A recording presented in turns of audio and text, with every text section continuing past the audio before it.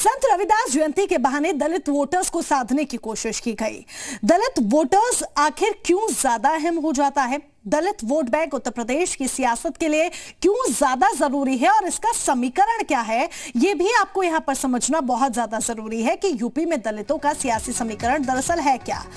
जाटव की बात करें तो 11.70% जाटव आते हैं। कुल दलित जो मतदाता हैं उत्तर प्रदेश की सियासत में वो 21% है, जिसमें से जाटव की संख्या हमने 11.70 आपको बताई, पासी की 3.3% है और कोरी वाल्मीकि की अगर हम बात करें 3.15% कोरी वाल्मीकि मतदाता हैं। 1.05% धानुक गोंड खटीक मतदाता हैं। ये दलितों में कैटेगरीज हम आपको बता रहे हैं। 1.57% अन्य दलित जातियां आती हैं। कुल अगर टोटल हम बात करें दलित मतदाताओं की संख्या की तो ये 21% है। यही एक बड़ी वजह है कि इस 21% के पीछे हर पार्टी जुटी हुई है। 2007 में आरक्षित सीटें अगर भारतीय जनता पार्टी की हम बात करें तो 89 में से 7 मिली थी, यानी कि 7 मिली थी।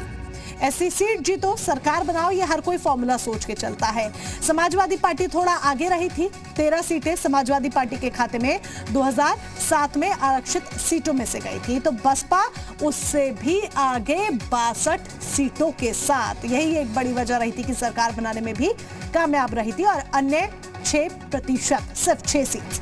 बीजेपी 7, बसपा 62, सपा 13, अन्य 6। ये पूरा समीकरण हमने आपको बताया।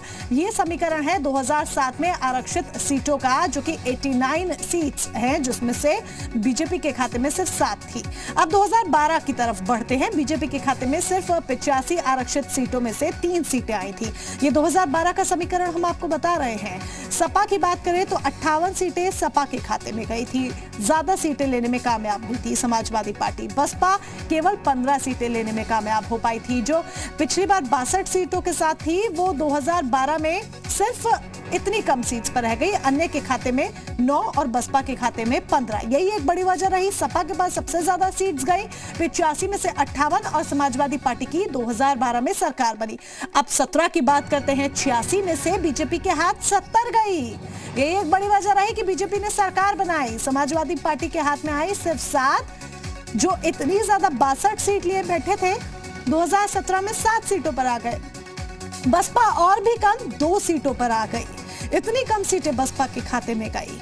और अन्य की बात करें तो अन्य यानी अदर्स 7 सीटें लेने में कामयाब हो पाए।